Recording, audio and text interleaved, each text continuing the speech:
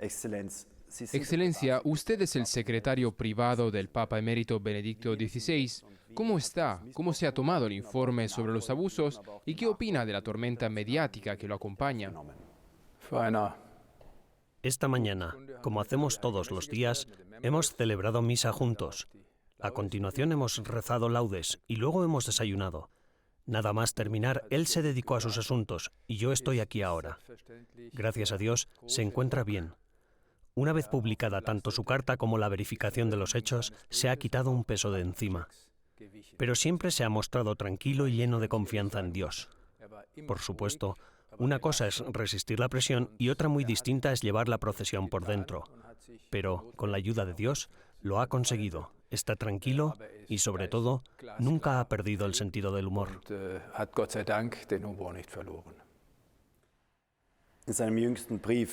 En su última carta, Benedicto XVI pidió perdón a las víctimas de abusos sexuales, pero al mismo tiempo rechazó todas las acusaciones concretas contra su persona.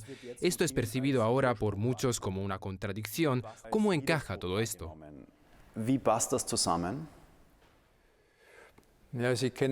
Usted ya conoce la historia.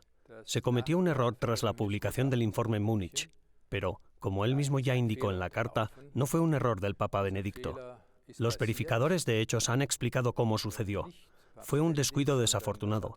No debería haber ocurrido, pero ocurrió. Todavía recuerdo cuando revisamos la declaración que envió al bufete, durante la última sesión de preguntas y respuestas. Dijo: esa reunión, la famosa, la del 15 de enero de 1980, no la recuerdo. Pero si se dice que me ausenté, esa ausencia está aprobada, o estaba aprobada entonces, por el archivo de la reunión. Y ahí es donde se produjo el error. Si dice que estuve ausente, lo acepto. No me acuerdo. Yo dije: Santo Padre, así figuran los archivos digitales que acabamos de revisar, así que podemos asumir que es cierto. Y hasta el final, aquello no se volvió a revisar para nada. El asunto reapareció cuando se presentó el informe, y uno de los expertos dijo: aquí tenemos la prueba. Benedicto estuvo presente y no ausente. Me sorprendió, y a los demás también. Y entonces retomamos la documentación para comprobarlo. Y efectivamente, había habido una confusión. Se lo dije al Papa Benedicto, y él dijo: tenemos que decir inmediatamente que fue un error nuestro. No fue intencionado, así que no fue una mentira. Las mentiras solo lo son cuando se dicen a propósito. Fue un error. Tenemos que decirlo cuanto antes, insistió. Tenemos que preparar un comunicado de prensa, hablarlo con la Secretaría del Estado y seguir adelante. Y así, en la tarde del 24 de enero, entregué un comunicado de prensa y anuncié que el Papa Benedicto realizaría unas declaraciones comentando personalmente este asunto. En su declaración, dijo que además escribiría una carta personal, pero también dijo que debería haber una respuesta a las acusaciones que se vertieron contra él. Y no solo a las acusaciones, sino también a las insinuaciones basadas en el material del expediente. Por lo tanto, se incluiría una carta personal del Papa Emérito y una segunda parte, un apéndice, o, como decimos en Alemania, una verificación de hechos. Él escribió la carta, y los asesores, a los que ahora conocemos por su nombre, pues también le ayudaron con la declaración, hicieron su parte y explicaron cómo se produjo el error, así como quién fue el causante y tiene la responsabilidad del mismo. Sobre este error, permítanme dar un poco de contexto. El informe sobre abusos tenía más de 1000 páginas. El Papa Benedicto recibió un catálogo de preguntas antes de la publicación del informe, acompañado de miles de páginas. Estas páginas debían ser examinadas y luego se redactó una respuesta de 82 páginas. Y esta respuesta contenía un error sobre la cuestión de si Benedicto había asistido o no a una determinada reunión en la que, sin embargo, nunca se habló de abusos. Pero todo esto nunca se mencionó en los medios de comunicación, ¿verdad?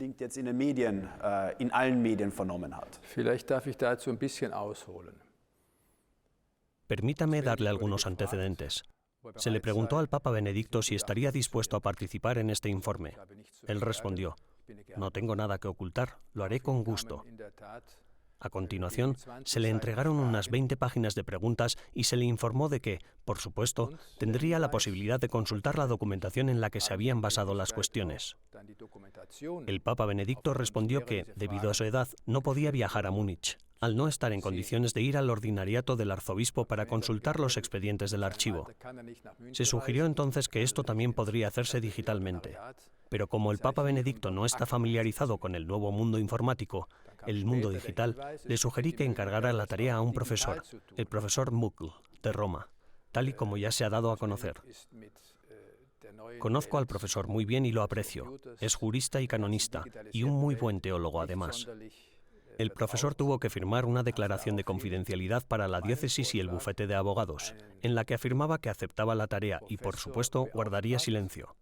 Y eso es lo que hizo. Luego se le entregaron las 8.000 páginas de registros digitales.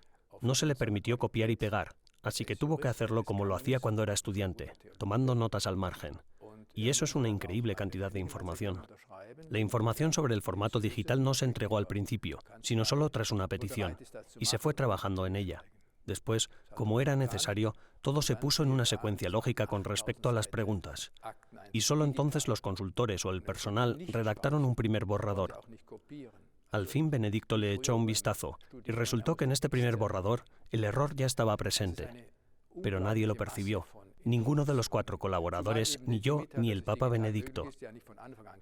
Fue como le comentaba antes, cuando el propio Benedicto me preguntó, ¿es cierto que no estuve presente?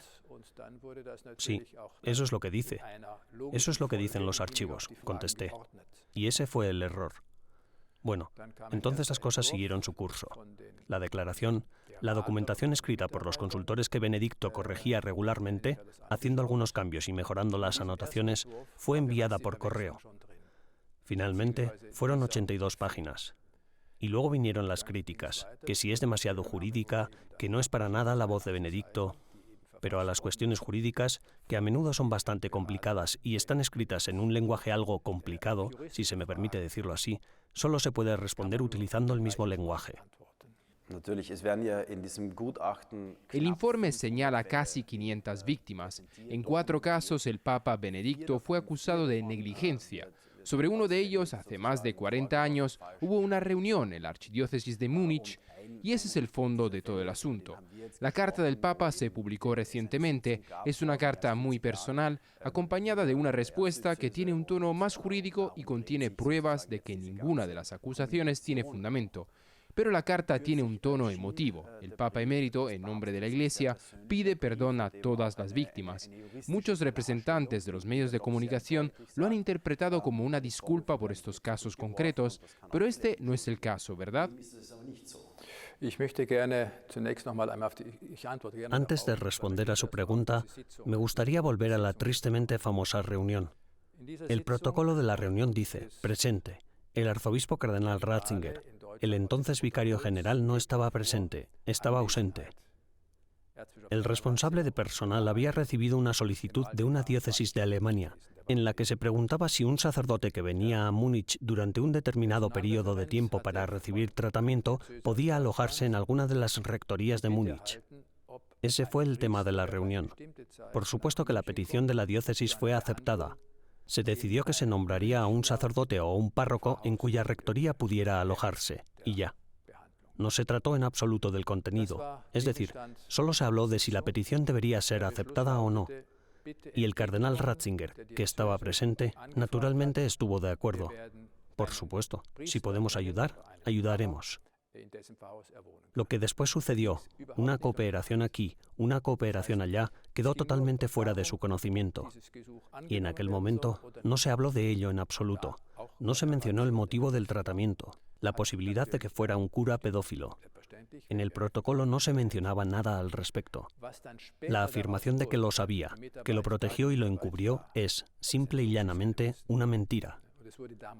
Y con toda franqueza debo decir, eran indirectas difamatorias que sencillamente no eran ciertas. Hay que conocer los hechos tal y como son, y también aceptarlos tal y como son. Solo entonces podremos interpretarlos.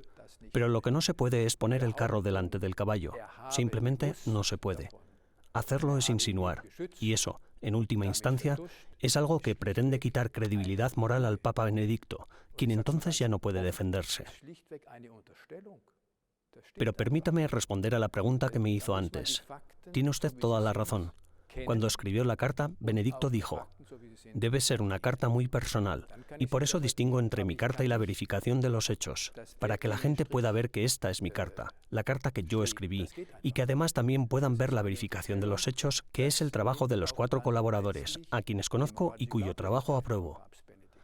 Esta carta es algo que escribió, por decirlo de algún modo, en presencia de Dios. El último párrafo es quizás la clave de todo. Dice: «Muy pronto me encontraré ante el juez final de mi vida, ante un juez bondadoso». De hecho, no era la primera vez que pedía perdón a las víctimas de abusos.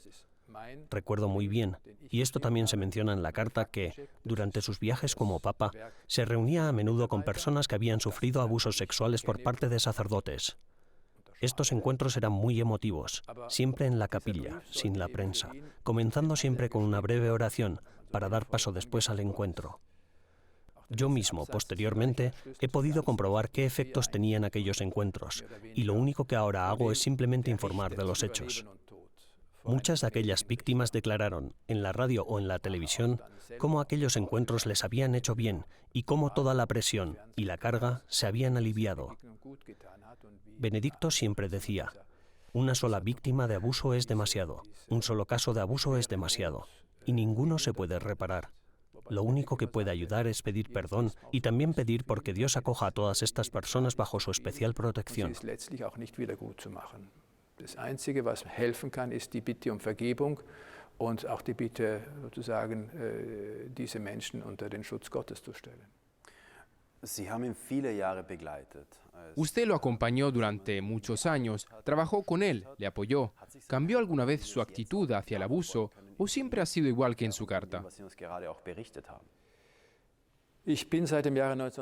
Yo había sido miembro del personal vaticano desde 1996, trabajando como miembro de la Congregación para la Doctrina de la Fe y luego, a partir de 2003, como secretario personal de Benedicto. He visto desde el principio cuál era su actitud. Es exactamente la misma que hoy, la misma que cuando era papa. Nunca ha cambiado. Más bien al contrario, siempre ha estado convencido de que la transparencia y la claridad eran necesarias, de que había que llamar a las cosas por su nombre, de no encubrir nada. Y lo hizo junto con Juan Pablo II, procurando que sus acciones se siguieran de sus convicciones. En otras palabras, ¿qué debía hacer el Vaticano? ¿Qué debía hacer la Iglesia para alcanzar realmente este objetivo? Hubo un cambio de mentalidad, al que, como era necesario, siguió un cambio a nivel legal, lo que implicó que entonces sí se tuviera un instrumento apropiado para hacer algo al respecto. Posteriormente, Juan Pablo II transformó la Congregación para la Doctrina de la Fe en un tribunal, otorgándole la competencia necesaria. Esta competencia anteriormente la poseía otra congregación. Se la quitó a esta congregación y se la dio a la Congregación para la Doctrina de la Fe. Y desde entonces, el proceso de reparación y la aclaración de los hechos han seguido adelante. Puede decirse que Benedicto, que entonces todavía era el cardenal Ratzinger, desempeñó un papel decisivo en la gestión de los casos de abusos en la Iglesia. No solo desempeñó un papel fundamental, sino que fue la figura decisiva, el hombre determinante, el que no solo sugirió la transparencia, sino que dio pasos concretos hacia ella. Se puede decir que es el padre de la transparencia. Así es como consiguió convencer también al Papa Juan Pablo II. ¿Le resultó fácil o se tuvo que esforzar? ¿Sus esfuerzos de reforma fueron recibidos con los brazos abiertos? No quisiera desvelar nada, pero sí que hubo reticencias internas. Había una resistencia que se mostraba muy abiertamente, pero siempre supo que aquella resistencia podía y debía ser superada con la ayuda del Papa Juan Pablo II. Y así fue, gracias a Dios. Si se consultan los archivos de la congregación, se pueden ver una serie de documentos importantes que conducen, paso a paso, como los eslabones de una cadena, a este objetivo concreto. Y por supuesto, como Papa, prosiguió con la labor, siguió trazando esta línea a un nivel todavía más alto y efectivo, línea que ahora también el Papa Francisco continúa.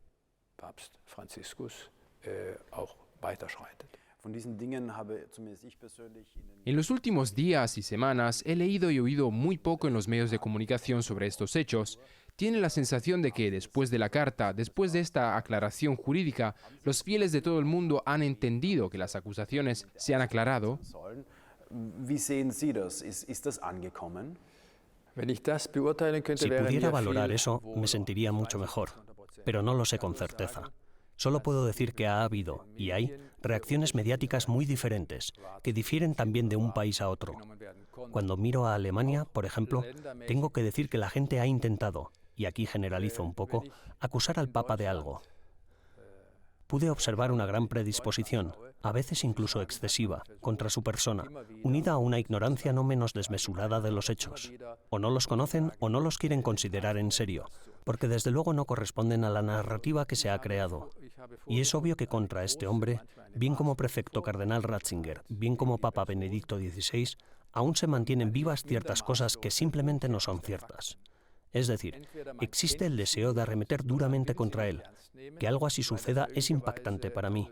El hombre que, en esta importante cuestión, toda la cuestión de los abusos y la pederastia, ha propuesto y además luego ha puesto en práctica las medidas más determinantes para ayudar, ya sea como prefecto o como papa, está siendo acusado de algo que contradice 25 años de su trabajo. Así, lo que una y otra vez percibo es ignorancia, por un lado, y una excesiva sobrevaloración de las propias opiniones, por otro. Y eso es algo que nada tiene que ver con una valoración veraz. Solo puedo esperar que la gente que ha leído y que leerá su carta, que la gente que conoce al cardenal Ratzinger, al Papa Benedicto, no se deje influir o convencer por esos juicios sesgados. Esa es mi esperanza. Probablemente se puede ya decir que la reputación de Benedicto XVI se ha visto afectada por el informe de abusos y las insinuaciones que contiene, pero ¿por qué ha ocurrido todo esto ahora? Y si podemos especular, podría ser que este informe tenga también una dimensión política, sobre todo teniendo en cuenta la situación actual de la Iglesia alemana.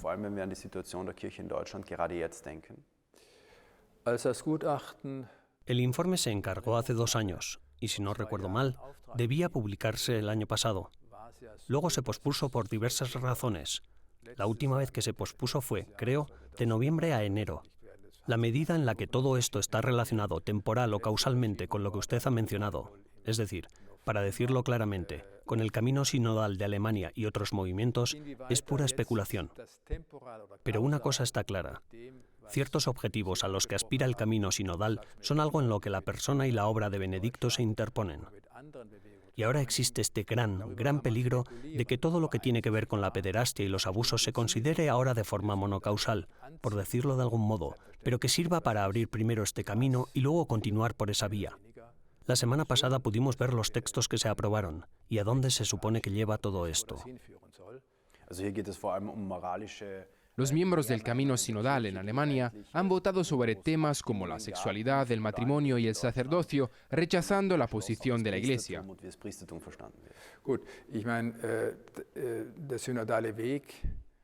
Bueno, lo que quiero decir es que el Camino Sinodal es un evento que, teológica o eclesiásticamente hablando, no corresponde a un sínodo.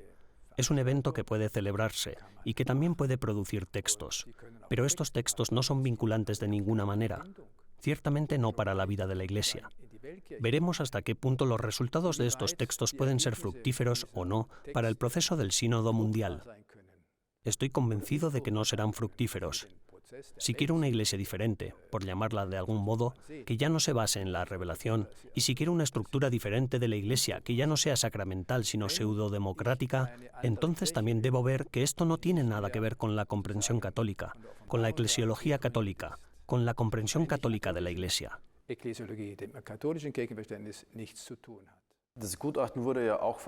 El informe también se ha utilizado para justificar la vía sinodal en Alemania. Se ha presentado como una respuesta a las denuncias de abusos, pero se persigue aquí una agenda política, incluso ideológica, al explotar a los supervivientes de abusos.